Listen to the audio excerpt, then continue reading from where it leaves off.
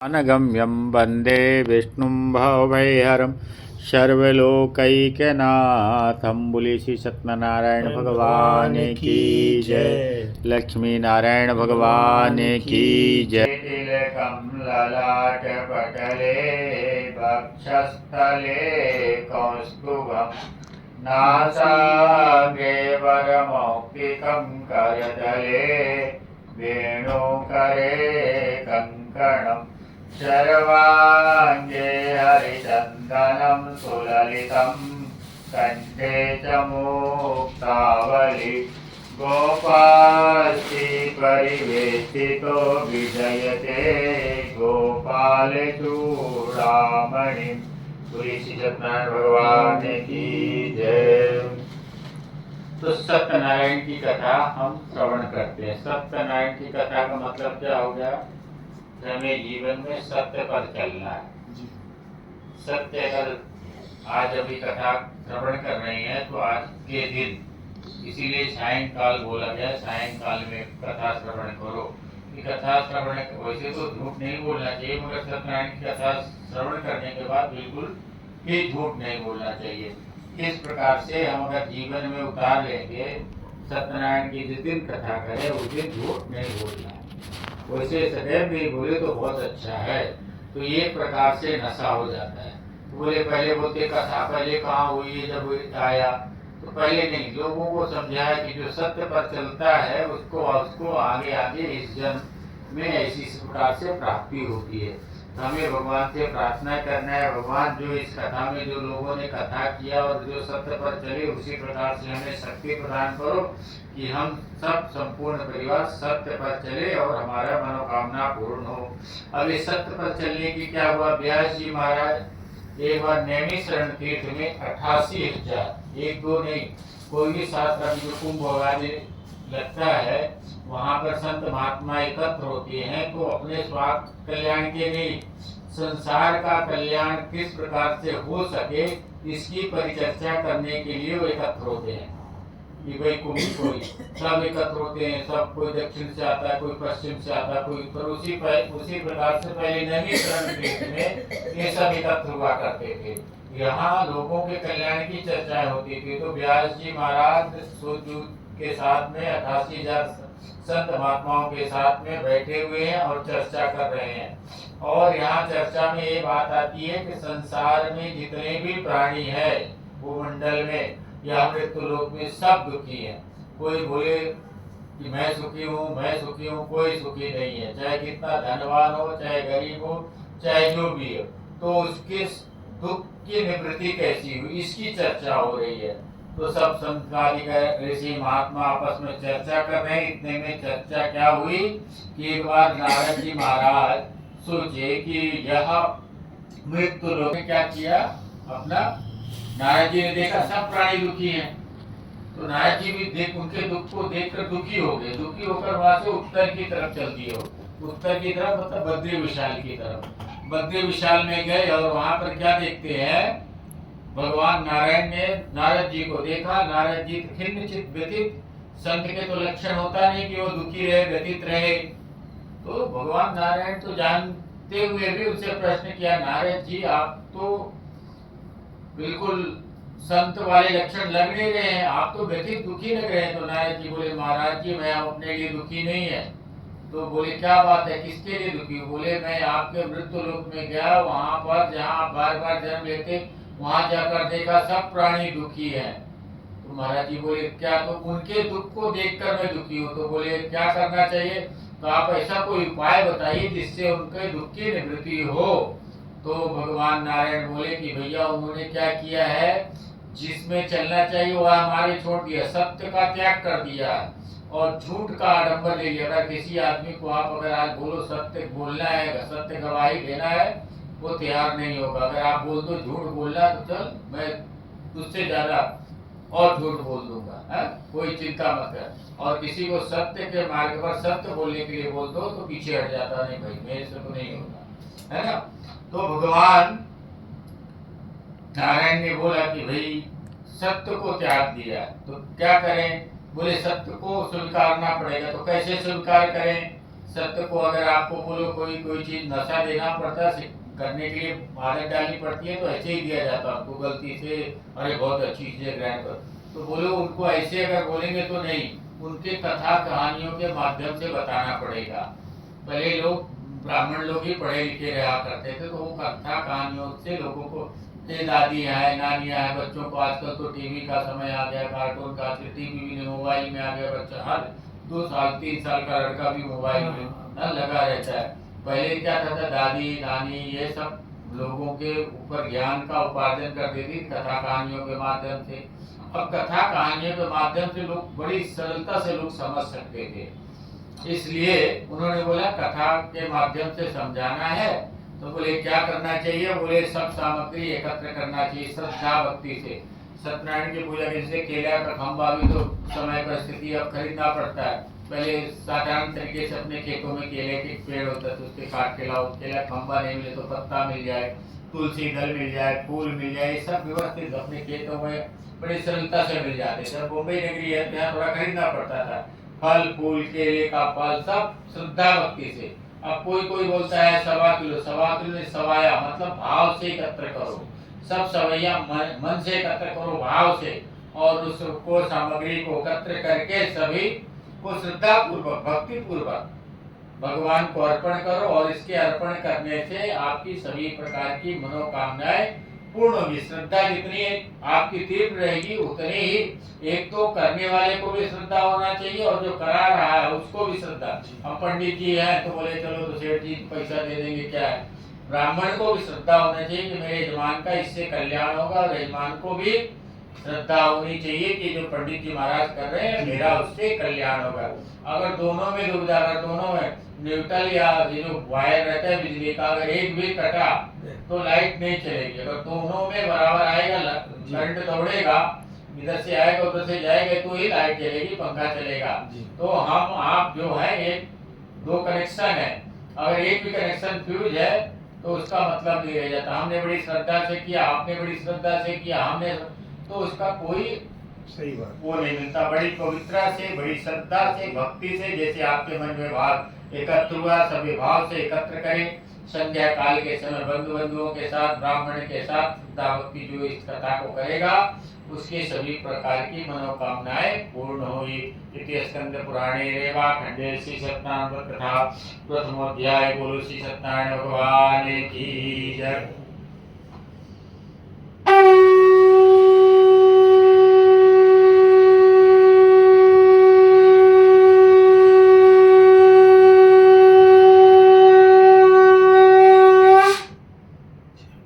अध्याय बोले भैया चलो ठीक है, इस कथा को पहले किसी ने किया क्या, तो बोले हाँ किसने किया, एक गरीब ब्राह्मण रहा करते थे, वो भिक्षाटन के लिए जाया करते थे। एक दिन देव उससे भिक्षाटन के लिए जा रहे थे, इतने में भगवान, क्योंकि ब्राह्मण ही भगवान की पूजा कराता है, जो जिसकी पूजा कराएगा उसका वो सम्मान करेंगे। तो ब्राह्मण देवता हर जगह उच्च कोटि के ब्राह्मण थे, सब जगह भगवान का पूजन कराया करते थे।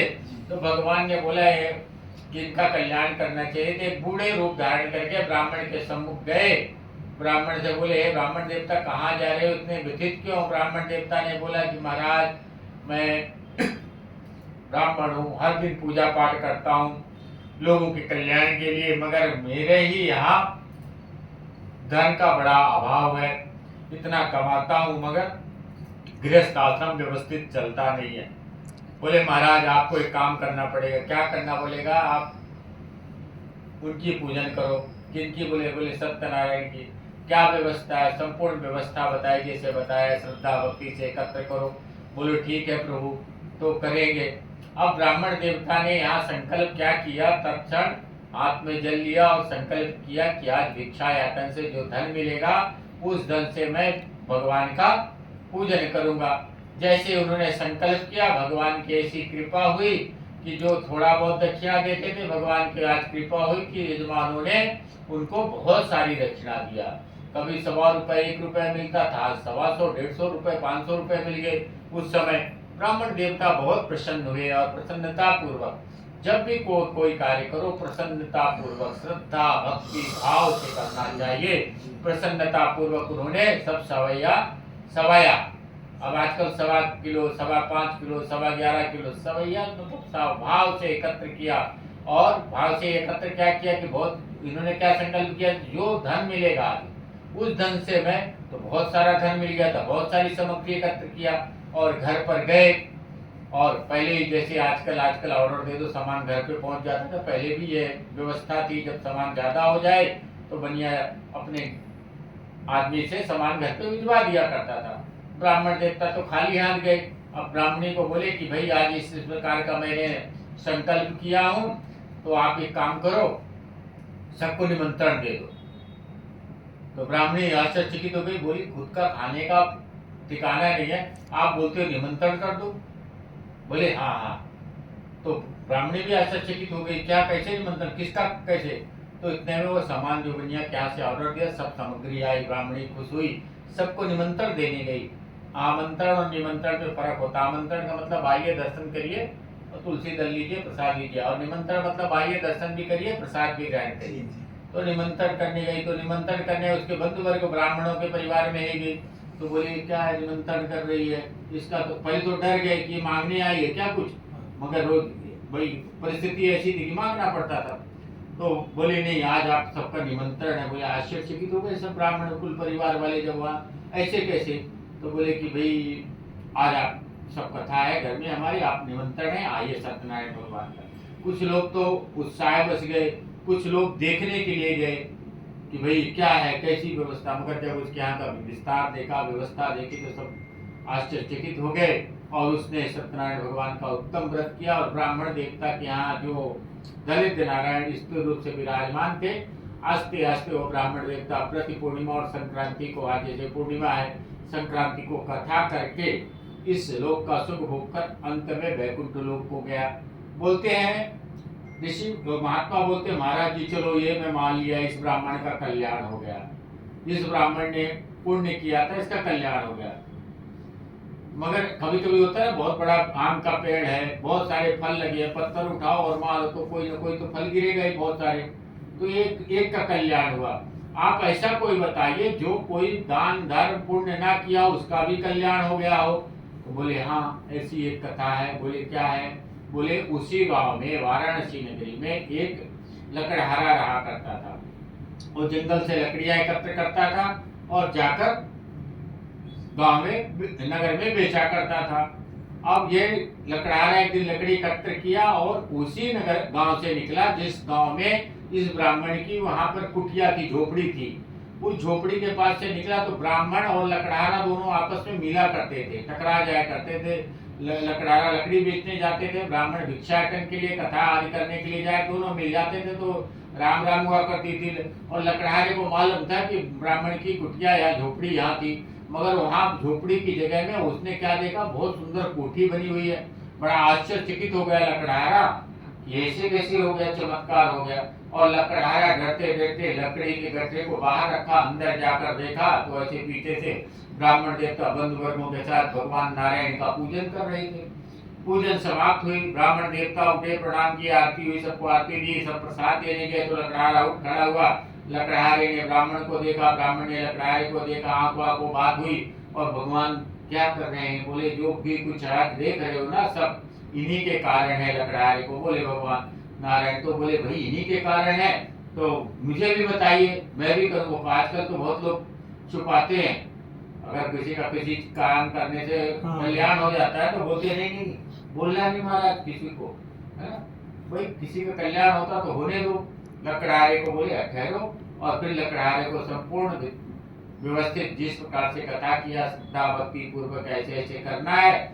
लकड़हारे ने भी जिस प्रकार से ब्राह्मण देवता ने संकल्प किया था, जो धन से मिलेगा उससे मैं कथा करूंगा, इसी प्रकार से लकड़हारे ने लकड़ी के गठरा उठाने के पहले मन में संकल्प किया, जो भी आज लकड़ी बेचने से धन मिलेगा उससे मैं श्री सत्यनारायण भगवान का उत्तम व्रत करूंगा। जैसे लकड़ी उठाया उसका व्रत उत्तम, तो जलाऊ लकड़ी थी, वह लकड़ियां क्या हो गए, मलयागिरी चंदन की होगी, बड़ी सुंदर सुगंध आने लगी। और वो लकड़ियों को गठरा सर पर रखकर उसने पहले ही संकल्प किया था जो धन मिलेगा उस धन से मैं भगवान का कथा करूंगा। और वो लकड़ियों को गठरा लेकर चला। वैसे ही जब आगे गया तो एक नगर सेठ ने देखा सुंदर लकड़ियों के चंदन की लकड़ियां, बहुत सुंदर सुगंध आ रही थी। लकड़हारे को बोला, आइए इधर आइए, लकड़ियां बेचना चाहते हैं? हाँ प्रभु बेचना चाहते। क्या दाम दोगे? बोले प्रभु जो आपकी इच्छा हो दो, हमें तो बेचनी ही है। बोले सभी लकड़ियां मैं ले लूंगा। बोलो ठीक ठाक। बोले जो आपकी भाव, जो इच्छा हो दे दीजिए। सेठ जी ने देखा पका हुआ चंदन, प्योर चंदन है, बहुत महंगा है, बड़ी मुश्किल से ऐसे चंदन तो पके हुए मिलते नहीं। बोला सब सब दे दो। सब ले लिया। और जो सोचा भी नहीं था, लकड़हारे ने जिंदगी में इतने रुपए नहीं देखे थे, उतने रुपए भगवान की कृपा से उस सेठ जी ने लकड़हारे को अर्पण कर दिया।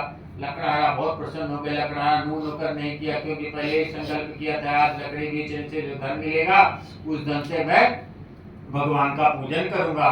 लकड़हारे ने श्रद्धा भक्ति से संपूर्ण पूजन सामग्री को एकत्र किया, जिस प्रकार से ब्राह्मण देवता ने किया था। बहुत विस्तार पूर्वक सामग्री एकत्र किया और घर पर गया।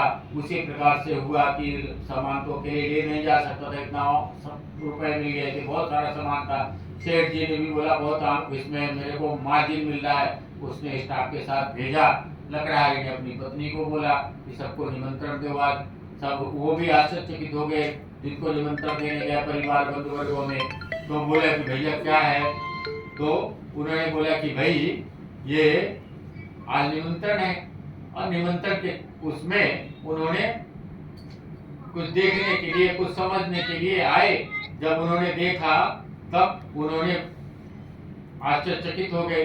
और लकड़हारे ने हर महीने संक्रांति पूर्णिमा को व्रत करके श्रद्धा भक्ति से सत्य का पालन करते हुए इस लोक में सुख भोग कर अंत में वैकुंठ लोक को गए थे। स्कंद पुराणे रेवा खंडे श्री सत्यनारायण कथा द्वितीय अध्याय। बोलो श्री सत्यनारायण भगवान की जय।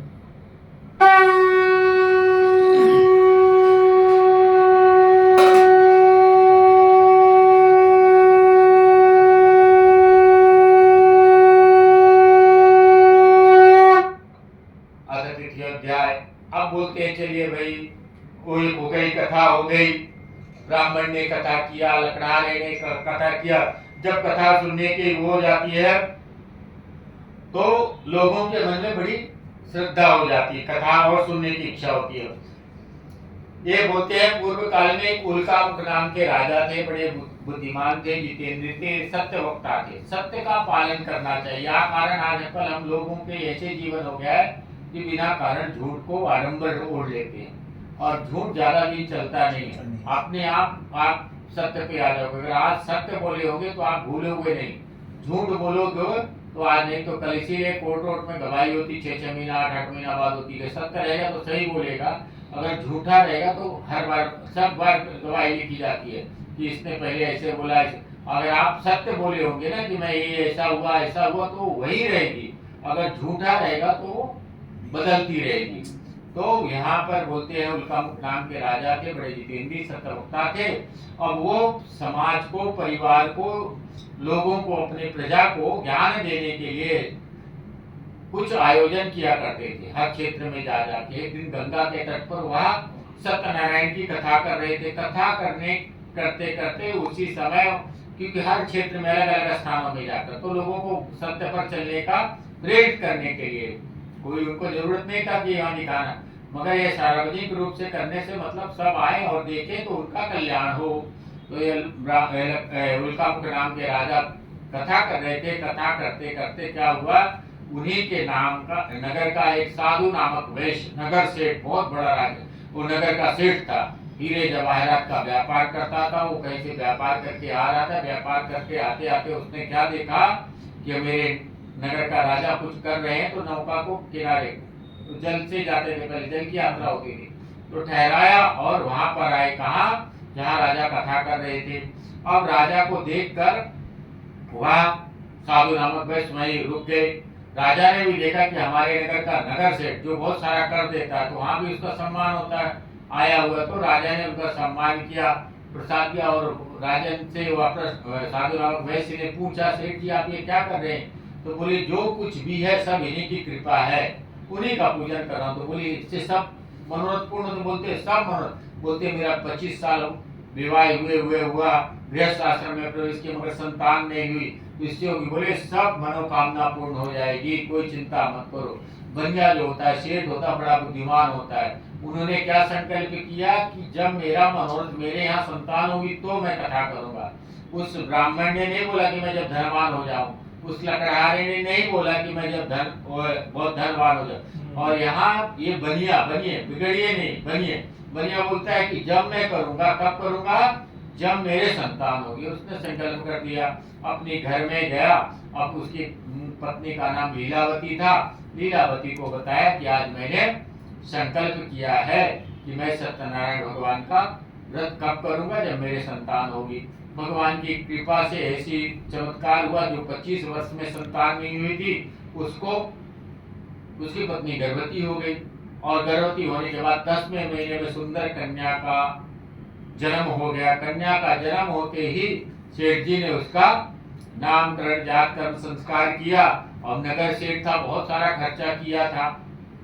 अब इसके बाद उसकी पत्नी जो लीलावती थी, मधुर वचनों में अपने पति से बोली, सेठ जी आपने संकल्प किया था कि मैं कथा करूंगी, तो आप एक काम करिए, कथा कर लीजिए।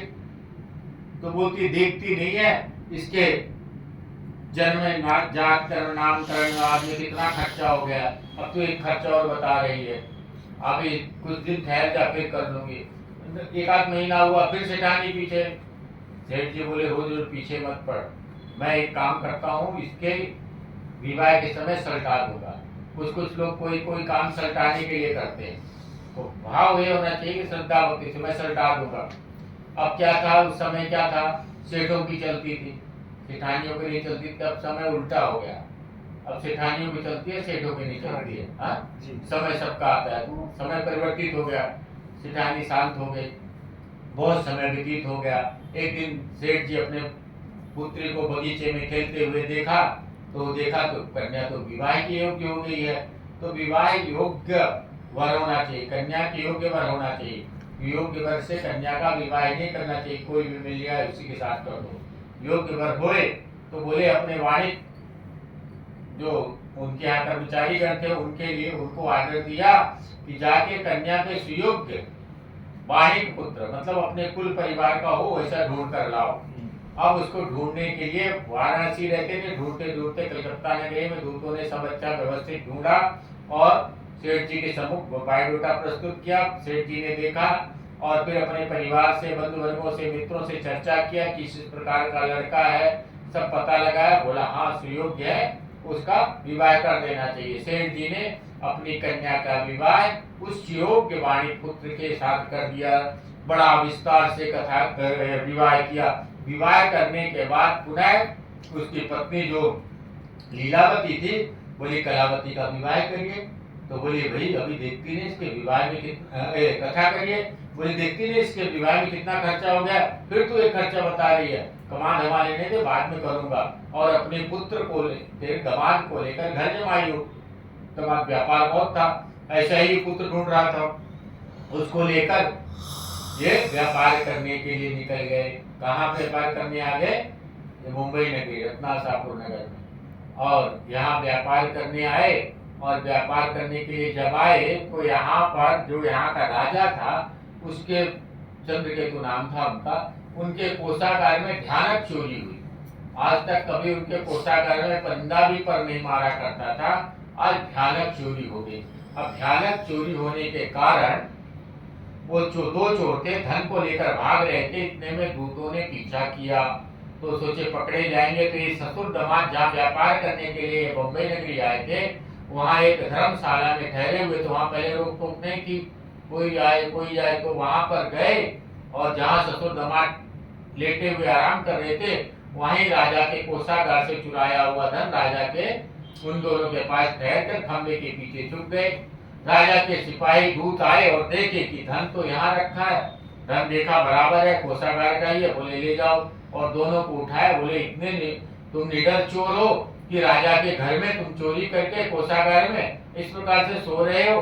और उसको उठाया, धन तो पहले भी दिया, दोनों को पकड़ा और राजा के सम्मुख ले जाने लगे। राजा के पास ले जाते ही कुछ दूतों ने भाई संदेशा दिया कि हम चोर। बोले तो कोई संत महात्मा है क्या, अगर चोर है तो चोरों को मैं, कोई अगर पुण्य आत्मा हो, कोई अच्छा धर्मात्मा हो, उसका मुंह देखूं। चोरों का क्या मुंह दिखेगा, उनको कठिन कारावास में डाल दो, जो भी उनके पास उसको भी छीन लो। अब यहाँ क्या हुआ, राजा भाई धर्मात्मा हो, पुण्यात्मा हो, संत हो, महात्मा हो, तो उसका मुख जो नीच है, प्राणी है, पापी है, दुराचारी, उसका मुख नहीं देखना चाहिए। जब हम अच्छे काम के लिए जा रहे हैं, मालूम पड़े कि इस प्रकार का प्राणी है, उसका कतई मुंह देखकर नहीं जाना चाहिए।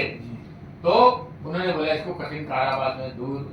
वही ससुर दामाद भी घबरा गए, अंधेर नगरी चौपट राजा के राजा में आ गए, कुछ किए नहीं, कुछ पता ही नहीं, जेल में। अब यहाँ क्या हुआ, वाराणसी नगरी में जो उनके घर में बेटी और माँ थी, अब कुछ चोरों को पता चला कि इनके घर में कोई पुरुष नहीं, पहले गांवों में ऐसा होता था, तो चोर आए, रात में सब चोरी करके धन ले चले गए।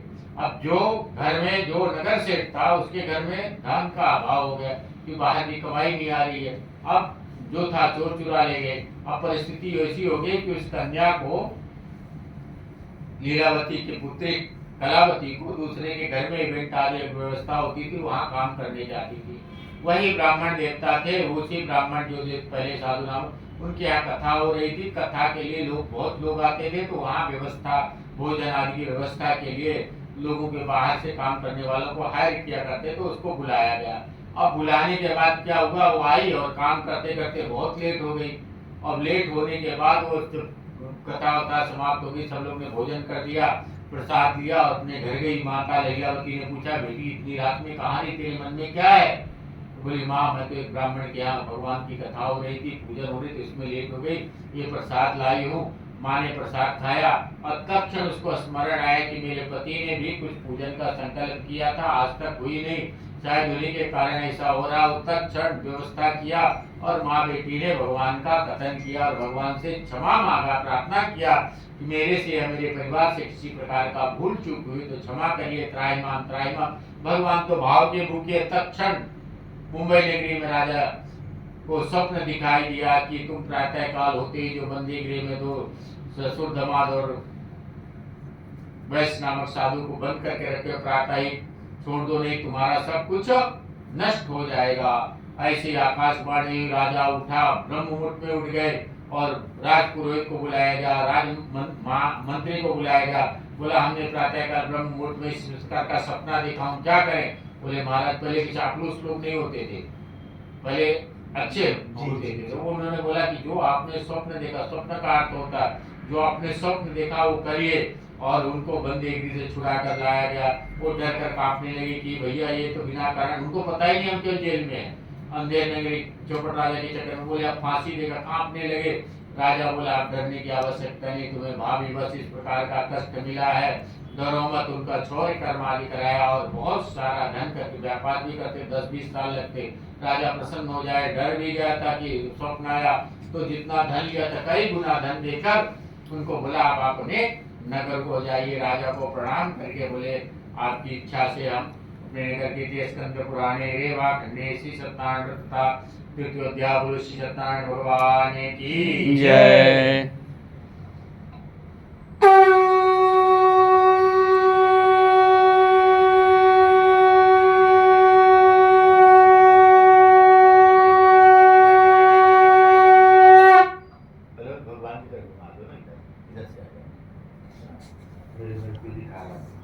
अब आगे की कथा कहते हैं, भाई सेठ जी ने क्या किया, अब धन भी आ गया। धन के साथ क्या आ जाता है, बिना मेहनत का अगर धन नहीं है तो मद भी आ जाता है, अभिमान भी आ जाता है।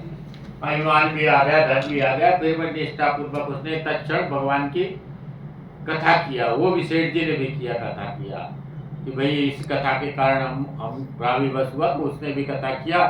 नहीं, कथा नहीं किया उसने अभी। अब वो मद आ गया और वह अपने नगर की तरफ, ये बैठो, अपने नगर की तरफ प्रस्थान किया। प्रस्थान करने एक दिन की यात्रा किया, शाम के समय पहुंचा, दूसरे दिन ठहरा और उठा तो भगवान ने सोचा इस सेठ की बुद्धि ठीक हुई कि नहीं हुई, पता लगाने चाहिए। बूढ़े रूप धारण करके डंडी थामते हुए गए। सेठ जी ने दूर से देखा, बेटा वो देखो जो ब्राह्मण देवता आ रहे हैं, है ना, उनके लक्षण अच्छे नहीं लग रहे, सावधान रहना, मुझे उनके आचरण। बोले, पिताजी आप हो तो हमें क्या है। अब वो ब्राह्मण देवता ने आते ही कुछ नहीं पूछा, सेठ जी से पूछता, सेठ जी नौका में क्या है, क्या रखे हो नौका में? सेठ जी बोला, बेटा देखा ना, और कुछ नहीं पूछा, इसको नौका का ही जानकारी लेना था, नौका में के धन का लालची है ब्राह्मण देवता। बोले क्यों महाराज, धन लेने की इच्छा? मेरे नौका में तो लता पत्ते, गरम मसाला, धनिया जीरा है। तो भगवान रूपी ब्राह्मण बोले तुम्हारा वचन सत्य हो गए। भगवान ने नहीं बोला तुम्हारा सत्यानाश हो गया, तुम्हारा ये कभी भी अगर विपत्ति है, कष्ट भी है, तो भी बोलो भगवान की बड़ी कृपा है। जब आप वैसे बार बार बोलते जाओगे तो उल्टा होने लगता, ये जो विपत्ति कष्ट है निवृत्त होने लगती है, भगवान की संपत्ति आने लगती है, भगवान की कृपा दृष्टि होने लगती है। अब उन्होंने बोला हमारे नौका में कुछ नहीं है जो आप सोच रहे हो ना, हमारे नौका में तो बस गरम मसाला, धनिया, जीरा है। तो वो ब्राह्मण रूपी भगवान बोले तुम्हारा वचन सत्य हो गए। और एक से कहकर भगवान निकल गए। और निकल जाने के बाद कुछ दूर पर गए। दूर जाने के बाद ब्राह्मण ने अपने साधु वैश्य ने अपनी नित्य क्रिया कर्म करके दंत धावन करके यात्रा प्रारंभ करने के लिए नौका के पास गया। तो नौका में पहले हीरे जवाहरात थे, अब क्या हो गया, गरम मसाला, धनिया, जीरा। तो नौका पानी से ऊपर आ गई और हिलने डुलने लगी। सेठ जी बोला ये क्या चमत्कार हो गया, भाई नौका में वजन था, पहले हिल डुलने, अब तो बिल्कुल हिलकोरे खा रही है। सेठ जी ने बोला तो धनिया की सुगंध आने लगी। अब देखा तो उसमें धनिया, गरम मसाला, हीरे जवाहरात की समय धनिया, जीरा। सेठ जी तत्क्षण मूर्छित हो गए।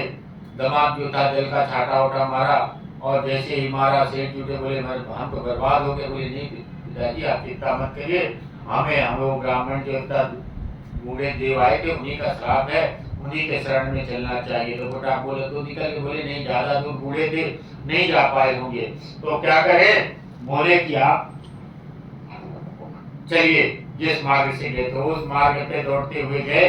तो एक बड़े वृक्ष के नीचे, भगवान तो जानते थे आएगा जाएगा कहाँ, तो आए, लेटे हुए थे। भगवान के पास गए साधु वैश्य, और भगवान को साष्टांग दंडवत प्रणाम कर त्राहिमाम त्राहिमाम त्राहिमाम करे। भगवान तो वहां भी भूखे रहते। बोले सेठ जी इतनी विपदा, इतना कष्ट सब भोगने के बाद भी बुद्धि ठीक नहीं। तो बोले भगवान आपके स्वरूप को तो ब्रह्मादि देवता नहीं है, तब मैं ज्ञानी कैसे जानूंगा? प्रसन्न होइए, प्रसन्न होइए, प्रसन्न होइए। भगवान मेरे से गलती हो गई, अब आप मेरे ऊपर कृपा करिए। भगवान बोले तथास्तु। भगवान ने कृपा किया, फिर से नौका में धन भर गया। सेठ जी ने नित्य कर्म करने के पश्चात भगवान का पूजन किया। पूजन करने के बाद अपनी यात्रा, जो धन था वैसी हो गया, अपनी यात्रा प्रारंभ कर दिया। और यात्रा प्रारंभ करके वाराणसी नगरी पहुंचे। जैसे पहुंचे तो नौकर चाकर बहुत हो गया था, तो अभी नौकर चाकर को डायरेक्ट नहीं भेजना, क्योंकि भाई इतना संपत्ति, नौकर चाकर कहीं नौका लेके चले गए तब क्या? तो नौकरों चाकरों को फला फला फूटी, फला फला स्थान है, आप जाकर वहां सूचना दीजिए। अब जैसे ही सूचना देने के लिए गए, वैसे ही वो कोठे में सेठानी भगवान की कथा कर रही थी, और बेटी भी थी। कथा किया, प्रसाद ग्रहण किया, और बेटी को बोली कि मैं तेरे पिता के दर्शन के लिए जाती हूँ, तो यथाशीघ्र पूजन करके आना पिताजी से मिलने गंगा के घाट पर। बेटी ने अनमने मन से पूजन किया। पूजन करने के बाद प्रसाद का परित्याग करके घाट पे चली गई, और घाट पर जाकर क्या देखती है कि नौका सहित उसका पति अदृश्य हो गया। बड़ा आश्चर्यचकित हो गया सब लोग कि मुंबई से वाराणसी नगरी नौका आ गई, समुद्र आदि नदियों को पार करते हुए यहाँ आकर घाट में आकर डूब गई। क्या हुआ? सेठ जी की पुत्री ने देखा कि अब तो जीने से मतलब नहीं है, उसने पति की खड़ाऊ लेकर बोली मैं तो सती हो जाऊंगी, जल समाधि ले लूंगी। ऐसा किया तो सेठ जी ने पुनः भगवान से प्रार्थना की, मेरे परिवार से किसी प्रकार की भूल चूक हुई तो आकाशवाणी हुई, सेठ जी तुम्हारी पुत्री ने प्रसाद का परित्याग करके आई है, इसलिए ऐसा ऐसा हुआ है। घर जाकर कथा करके पुनः प्रसाद ग्रहण करके आई, जिसका मनोरथ पूर्ण होगा। उल्टे पैर जैसे ही सुनी, भागे भागे गई, भगवान का कथन किया, कथा किया, प्रसाद ग्रहण किया, वापस आई तो जैसे था वैसे पाया। अपने पिता को बोली पिताजी अब घर चलिए। घर जाकर पिताजी ने हर संक्रांति पूर्णिमा को भगवान का पूजन करके, सत्य को स्वीकार करके इस लोक में सुख भोग कर अंत में वैकुंठ लोक को गए। स्कंद पुराणे रेवाखंडे श्री सत्यनारायण व्रत कथा चतुर्थोध्याय। बोलो श्री सत्यनारायण भगवान की जय।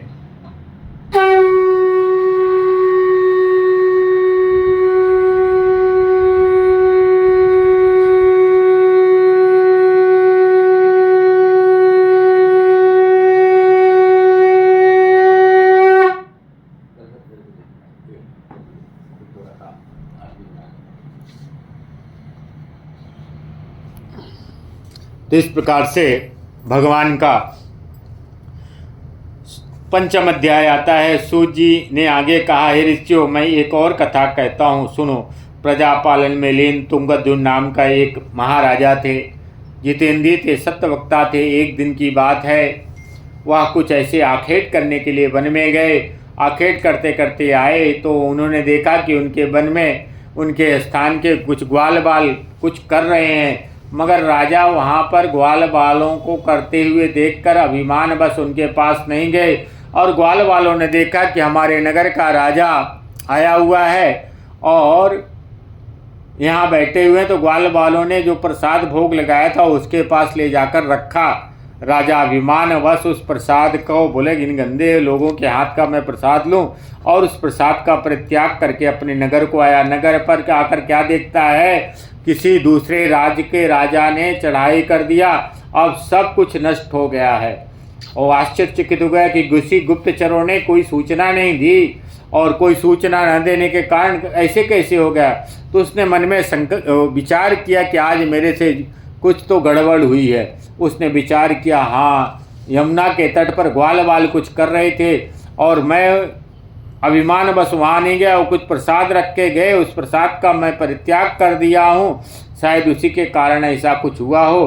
तत्क्षण वह यमुना के तट पर आया और ग्वाल बालों से पूछा, आप क्या कर रहे थे। ग्वाल बालों ने बोला, हम श्री सत्यनारायण भगवान का पूजन कर रहे थे। ग्वाल बालों से राजा ने पुनः उन्हें विनय किया कि हम भी करना चाहते हैं। ग्वाल बालों के संग मिलकर राजा ने श्रद्धा भक्ति से भगवान सत्यनारायण का पूजन व्रत किया, प्रसाद ग्रहण किया, पुनः अपने नगर को गया तो जैसे था वैसे पाया।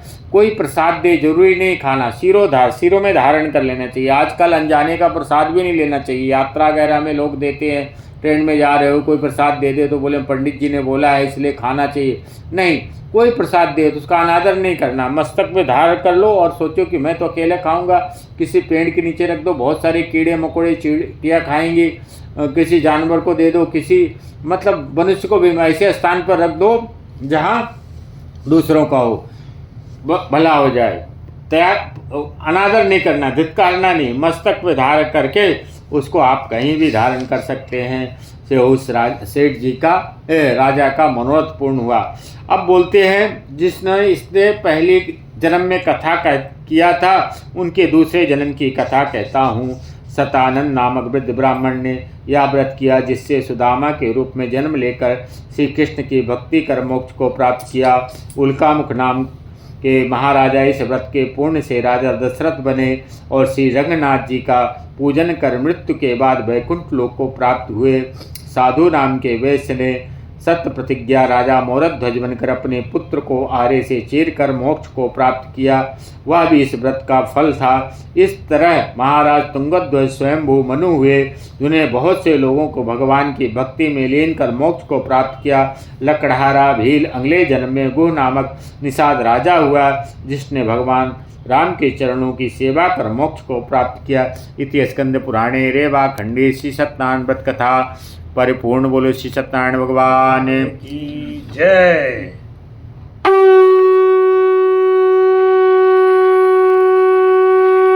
नमो सुदंताय सहस्रमूर्ते सहस्रपादाय सुरूरुवहवे सहस्रनाम्ने पुरुषाय सहस्वते सहस्रकोटिं युगधारिणी नमो नमः। जो विसर्जन वाली है शुभम करोति मतलब बोल। ओम शुभम करोतु कल्याणम आरोग्यम धन संपदाम आत्मबुद्धि प्रकाशाय आरती ज्योति नमोस्तुते।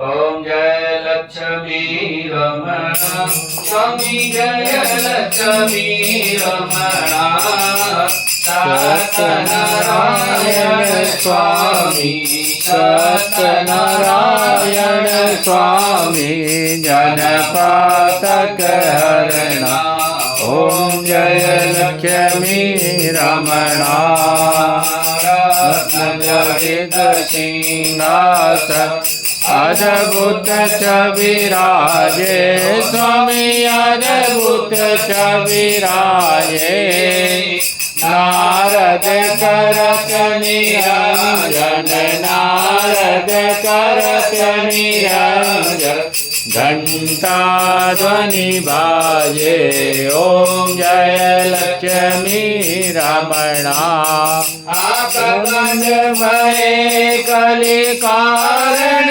तुझको दरस दियो स्वामी तुझको दरस दियो पूरो ब्राह्मण बन कर कर कंचन महल कियो ओम जय लक्ष्मी रमणा दुर्बल वीर कटारो जिन पर कृपा करे स्वामी जिन पर कृपा करे चंद्रचूड़ एक राजा चंद्रचूड़ एक राजा जिनके विपद हरि ओम जय लक्ष्मी रमणा वैश्य मनोरथ पायो श्रद्धा तज दीनी कवि तज दीनी तो फल भोजो प्रभु जी तो फल भोजो प्रभु जी फिर स्तुति कीनी ओम जय लक्ष्मी रमणा भाव भक्ति के कारण चिन चिन रूप धर्यो स्वामी चिन चिन रूप धर्यो श्रद्धा धारण कीन श्रद्धा धारण कीनी जिनके काज सरो ओम जय लक्ष्मी रमणा बाल बाल संग राजा बन में भक्ति करे प्रभु मन में भक्ति करे मन वांछित फल दीनो मन इच्छा फल दीनो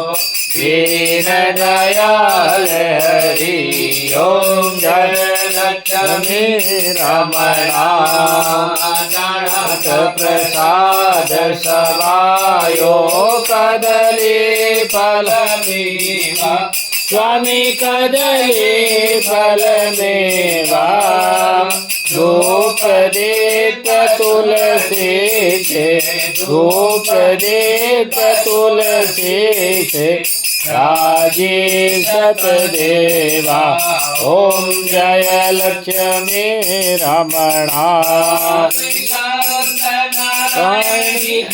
आरती जो कोई नर गावे स्वामी देव सहित गावे कहत शिवानंद स्वामी भगत शिवानंद स्वामी वांछित फल पावे ओम जय लक्ष्मी रमणा जय लक्ष्मी रमणा स्वामी जय लक्ष्मी रमणा सत्यनारायण स्वामी सत्यनारायण स्वामी जनपातक हरणा ओम लक्ष्मी रमणां कर्पूरगौरं करुणावतारं संसारसारं भुजगेन्द्रहारं सदा वसन्तं हृदयारविन्दे भवं भवानी सहितं नमामि त्वमेव माता च पिता त्वमेव बन्धो सदा त्वमेव विद्याधरणं त्वमेव सर्वं मम देवदेव कायेन वाचा मनसेन्द्रियैर्वा बुद्ध्यात्मना वा सकले स्वभावा करोमि यद्यत् सकलं परस्मै नारायणायेति समर्पयामि अच्युतं केशवं राम नारायणं कृष्णदामोदरं वासुदेवं श्रीधरं माधवं गोपिकावल्लभं जानकीनायकं रामचन्द्रं भजे हरे राम राम राम हरे हरे कृष्ण कृष्ण कृष्ण हरे हरे हरे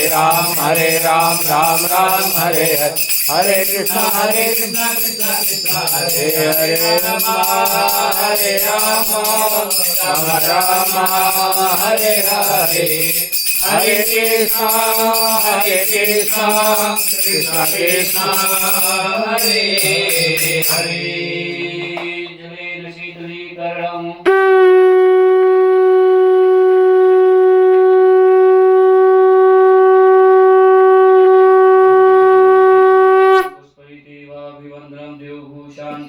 दर्कगुंता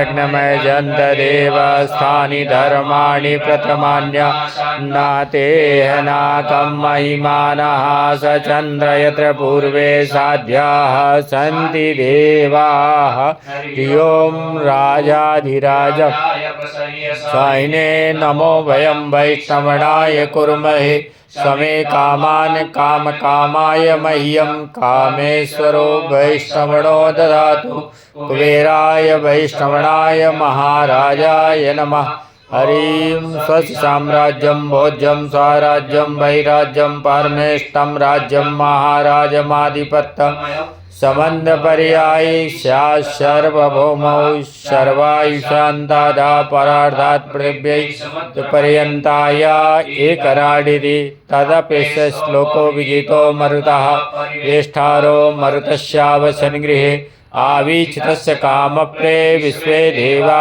सभासदिति हरिः ओम् एकदन्ताय विद्महे वक्रतुण्डाय धीमहि तन्नो दन्ति प्रचोदयात् हरिः ओम् महालक्ष्मै च विद्महे विष्णुपत्न्यै च धीमहि तन्नो लक्ष्मी प्रचोदयात् हरिः ओम् नारायणाय विद्महे वासुदेवाय धीमहि तन्नो सत्यनारायण प्रचोदयात् सेवन्तिका बकुलचम्पकवाराजै पुन्नागजादिकरवीररसालपुष्पै विनमप्रभाल तुलसीदलमञ्जरीवि त्वां पूजयामि जगदीश्वर मे प्रसीद नानासुगन्धि पुष्पाणि यथा कालोद्भवानि च पुष्पाञ्जलिर्मया दत्त्वा परमेश्वर ओम श्री सत्यनारायण देवाय नमः चरण कमलयोः सकलमंत्र पुष्पांजलिं समर्पयामि बोले श्री सत्यनारायण भगवान की जय। त्वमेव माता च पिता त्वमेव बन्धो च सखा त्वमेव विद्या द्रविणं त्वमेव